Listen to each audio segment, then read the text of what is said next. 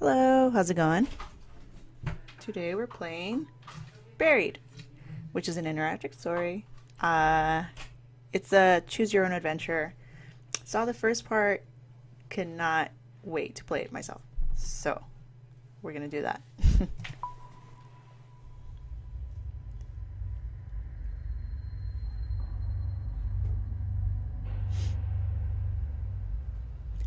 I open my eyes and the first thing I want to do is scream. I'm flat on my back and everything seems to hurt. The trees overhead look familiar. It's a clear night sky, almost beautiful. Except for the fact that this means I've been out cold for at least 6 hours. But there's something wrong. I don't remember what, but something happened and my head. My God, my head hurts. And a ringing in my ear. Was there an accident? An explosion, I think? I remember Dennis screaming, but after that, I can't remember. As I sit up, I notice that my hard hat has been thrown off. I look around the area, but it's not there. It feels strange to go anywhere without my hard hat, but I've got to find the other members of the crew. They could be in danger. Definitely for the safe bet is hard hat. I get up on shaky legs and look around for a moment. A few nearby trees look to have been splintered and broken at the base recently. They certainly weren't like this earlier. Searching for the hard hat feels normal. It makes me feel like maybe there isn't something wrong here. I see it behind a fallen log, about 10 feet away from me. How it was thrown so far is beyond me. Driven by nothing more than habit, I walk over to it, pick it up, and place it on my own head. Next, I walk over to the center of the logging site and don't like what I see. That's actually something I would have done, because it would feel normal to me.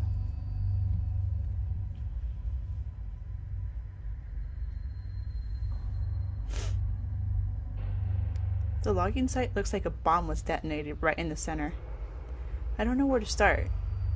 The one load we had managed to stack on a truck for the day is overturned, and the trailer bent and the logs hanging off the back. Where the hell is everyone? My head is killing me, and there's ringing in my ears. I can't hear anything. Not birds, not my footsteps, nothing. It makes me wonder if I hit my head after my hard hat flew off. I run through a quick mental checklist to make sure my brain is still working. My name is Roger Hastings. I'm 41 years old, and the year is 2017. I own a small logging company, and we've been logging in this strip of Kentucky woodland for almost a month now. Okay, so my brain works. That's a relief, but it also makes me feel fearful, because something is certainly not right here. I look around the logging site, my mind trying to figure out what has happened. Just about every piece of equipment has been overturned or tilted. Let's look at the truck. The truck. The hitch is completely broken, like it was blown off in an explosion or a really bad accident. Had there been an explosion, all of the fuel on site would have started a fire, but there's no charring, no burning, nothing. I walked through the area where Dennis had been working.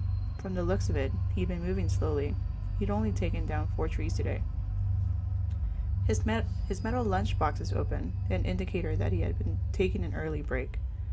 But he's not here. No one is here. Where the hell is everyone? I could try to make a call on my cell phone, but its battery is already running really low. Not that it matters. The reception is crap out here. Would not take the chance. Hey guys, where is everyone? Tony? Dennis? Frank? Joe? But their names fall flat among the wreckage. I get nothing back other than scaring away a few birds overhead. Might as well start walking and try to find some answers. The highway is almost a mile back through the woods, down the gravel road we used to reach the site. Maybe the crew ran that way for help. But why would they have left me? Were they scared? Out of sorts? Maybe I can catch up to them, but with my truck turned over on the side, it looks like I'll be walking. My God, I can't remember what I was doing before waking up on my back. Wait, what's that underneath the bulldozer? Oh my God, it's a leg. It has to be either Tony or Dennis. The dozer looks unstable, like it might roll on somewhere. Might not be safe to get close, but at the same time, I can't just leave him there. Hell yeah, I'm gonna go look. Hey, I yell. Are you okay? Are you alive? Holding onto my hat, I skip over the wrecked equipment and stray logs to get closer. I can see a bit more of the leg. The jeans are soaked in blood. I recognize the work boots. It's clearly Tony. His leg is bent at an impossible angle, nearly crushed flat. The closer I get, the more apparent it becomes that Tony didn't survive. I'm just gonna leave him there. He's already dead. There's nothing I can do for him now. I start to back away slowly. In my shock, I stumble back, suddenly tripping over one of the stray logs. My head collides with one of the logs as I bite the ground, but my hard hat does its job. Thank God I decided to look for it earlier. But what's more startling is realizing that Tony is dead. Looking at him, I feel something rising up in my throat, and I don't know if it's a scream or a vomit. But I have to push it away. If I lose my cool right now, there are too many questions that will go unanswered. Shit. I can't believe this. Tony, he had 2 boys. He coached his older son's baseball team. He was the hardest worker I had and was one of the most honest and reliable men I knew. This isn't right. I can't stay here. I have to find Dennis, Frank, and Joe. I have to find out what happened here. Let's do it.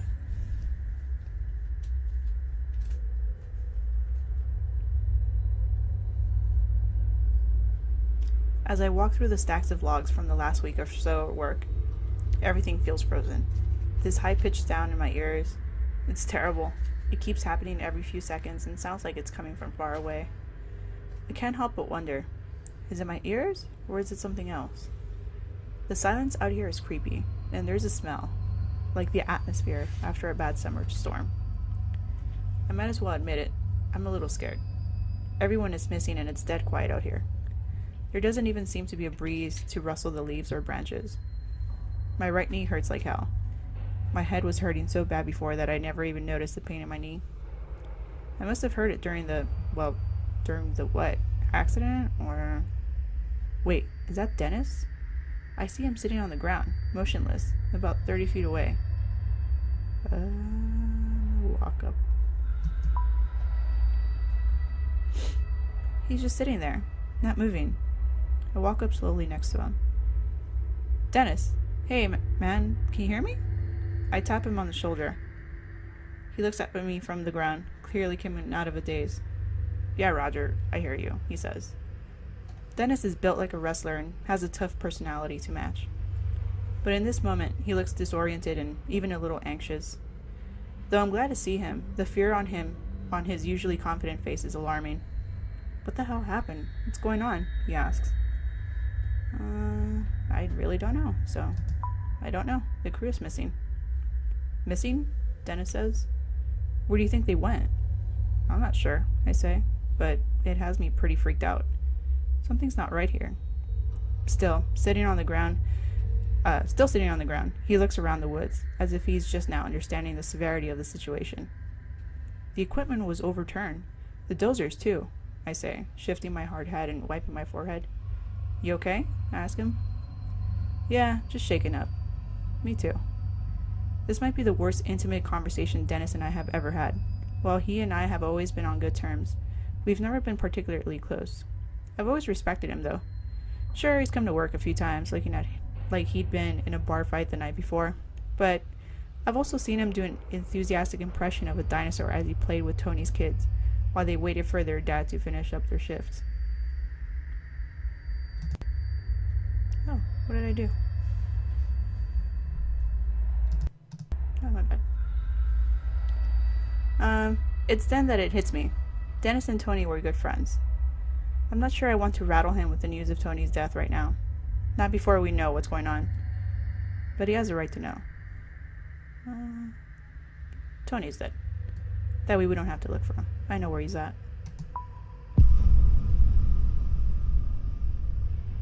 Dennis's eyes fixate on me, startled.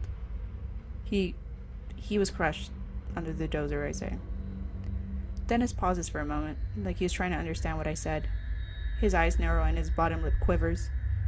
Shit, he says, and I can tell that he is fighting back tears. He and Tony had been tight, almost like brothers.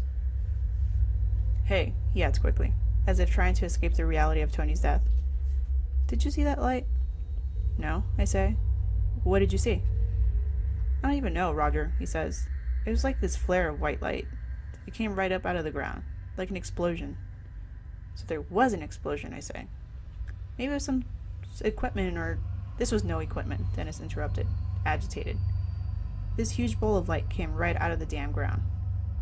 Well, where did it go?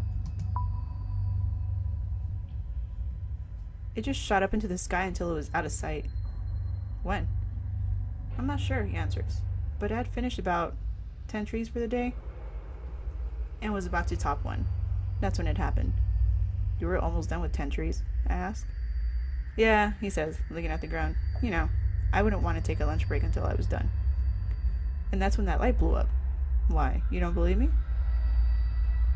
Sure. I don't know what it was either.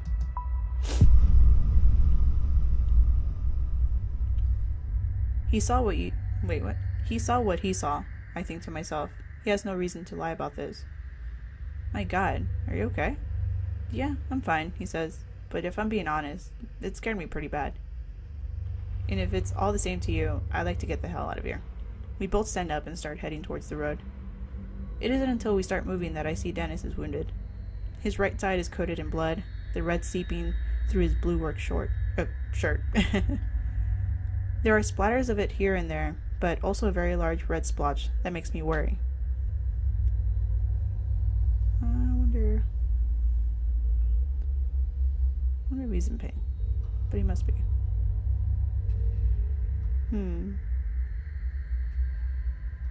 Unless he doesn't feel it. Well, he must be in pain. I'm not sure, Dennis replies. It must have gotten thrown or hurt somehow from that light. It's then that I notice that the strange ringing noise is still filling the air. Hey, I say, stopping. Do you hear that high-pitched ringing noise every once in a while? Dennis looks scared when I ask him this question, and he just nods. I thought it was just me, he says. He looks out of sorts and uncertain. I've never seen him like this before. It's obvious that he's looking for some reassurance. Even though I'm his boss, there's something very unnerving about this. We don't know what it is, so I don't know. Could be the streets. Let's be realistic, I tell myself. I might as well try to be empathetic. Out here in the middle of these woods, the ringing could be anything. Maybe a car alarm from through the woods or something.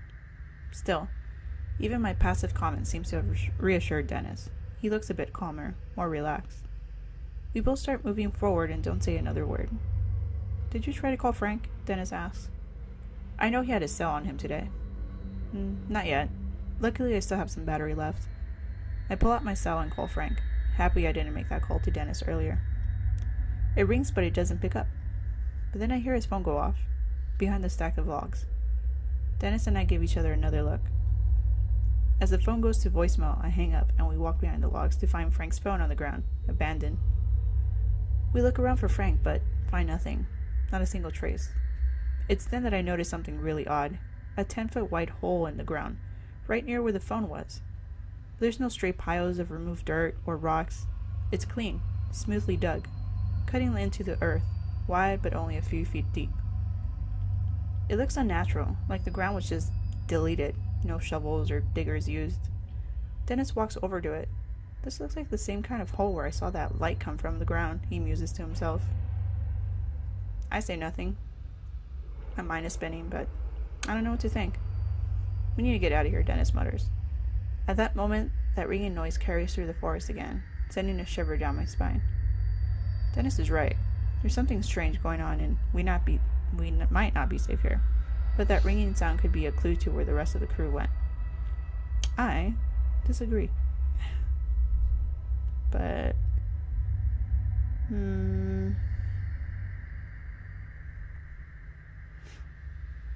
I think I'm not going to. I've seen way too many horror movies. You do not check it out. You just run to safety. With that, we turn and start walking to the west, in the direction that I'm pretty certain leads to the road. See? We're smart here.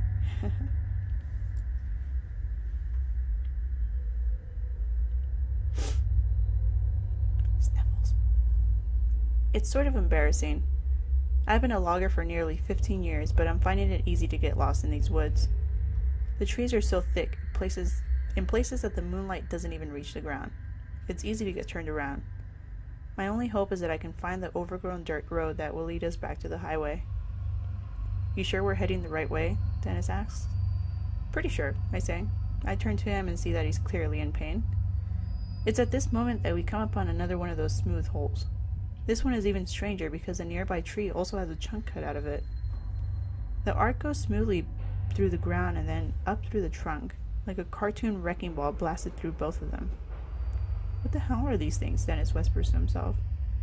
He takes a step down into the hole, his boots creating imperfection in the shape, like footprints on a sand dune.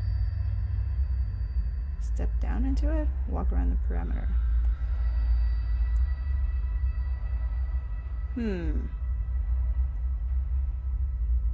I don't know. I don't think I'd go down into that. Well, he can go down there if he wants, but I'm not doing that. I walk along the edge, each step sending pebbles down into the hole and ruining its perfect shape. I'm amazed at how smooth it is. Even rocks that were under the earth have been sheared to fit the spherical shape. But as I'm noticing this, I notice Dennis's feet start to sag. Dennis, get out! I start, but I don't finish. Before he can react, the ground is giving away and he's falling. I try to step back, but the fissure that opens up disintegrates the ground beneath my feet as well. I cry out in surprise and can barely hear Dennis letting out a curse as we go down into the earth. What the hell is going on? Oh, shit. Well, I thought we were doing good. The fall isn't a long one, but when I hit something a few seconds later, it hurts like hell. The wind goes rushing out of me when I hit, and a sharp pain flies through me. What the hell? See, that's what I said. I say once my breath is back. Beside me, Dennis is slowly rolling over to get to his feet. I look up and see the hole in the ground where we fell through. It looks to be about 10 feet over our heads. It's completely dark, but there's a small flicker of light further into the cave ahead of us, and a solid wall of rock behind us. Looks like the only way out are further down the cave, or up through the way we fell in. Dennis might be able to boost me up there, but with his injury, I'm not sure how stable he is. He might drop me. I'm pretty sure he would drop me. We're doomed. I decide we'd better not risk hurting ourselves trying to climb out. As we turn to head into the cave, I take a closer look at the light further ahead and realize it's artificial. We both start heading towards it instinctively. As we step into the light, panic gently gnaws at me because what I'm seeing makes absolutely no sense. It's no longer a cave or a hole. It's a long, sparsely lit corridor. Is it now? Huh.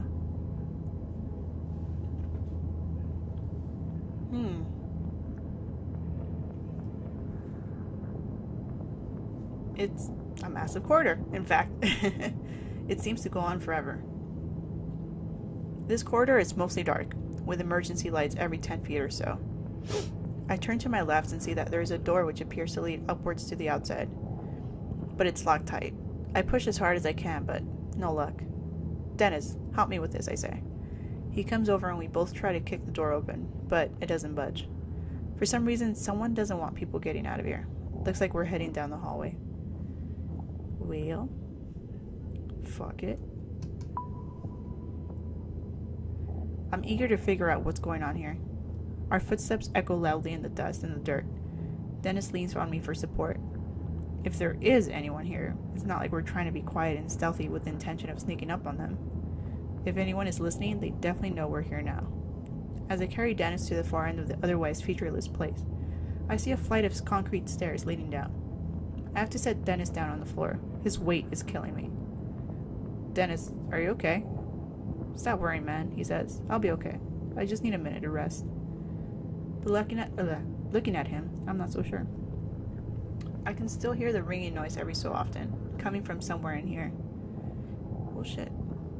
I look ahead at the concrete stairs, pointing towards them so that Dennis sees them. Can you make it down those stairs? I ask. He stands up slowly and visibly making an effort to not fall back down. Yeah, he says, and sounds a little irritated. He starts for the stairs without me, and I have no choice but to follow. We approach the stairs, and by just looking at them, I get the sense that we're crossing some sort of line here. There may very well be no going back. Pretty sure there's no going back. We fell down the hole. Can't get out. The doors are locked. Might as well go down. As I head down the stairs, I notice that they look aged. That damn ringing noise is somewhere below, louder than ever. I feel like I'm walking down into the cellar of a haunted house, the light becoming scarce as the stairs take a slight turn. I can feel the temperature drop. Dennis makes it a few steps down before he's leaning on the wall, his breathing like he just finished a marathon. That's me every time. Yeah, I need a break. Give him a break. Give him a break. Let's take a break, I say, putting my hand towards his shoulder to help steady him. Dennis lets out a sigh. Thanks, I don't feel too great, boss. As we both squat down on a stair, my mind seems to lock in on the unknown fate of the rest of my crew. Frank is married, and I've met his wife a few times, a nice woman with a huge laugh. Or huge boobs. My heart sags a bit when I realize I might never get to hear him belting out classic rock tunes during lunch break. Joe, well, I don't know too much about him. He's 22 years old and is considering community college. His folks are deadbeats, so he's been providing for himself ever since the age of 16 or so. Maybe I can still find them, and I still get to hear Frank singing in his deep baritone voice after a few too many drinks. After a few moments, Dennis says, "Alright, let's keep going." We both stand up, leaning on each other. I have to make Dennis stay behind me as I stick my foot out in search of the next step. I can't help feeling like a child as a very powerful fear seizes me. I'm expecting a monster to reach out of the darkness, slicing into my throat. After what feels like forever, we come to the bottom of the stairs. We're closer to that ringing noise now. A door sits securely in the wall and looks like just out of place down here as I feel. A sliver of light seeps through, illuminating the area. The door has what looks like a panel with lots of labels and lights. Small embossed print above the panel says, Level 1 Entrance Gate, Transport Sector. And there's a button with no label. Inspect the panel.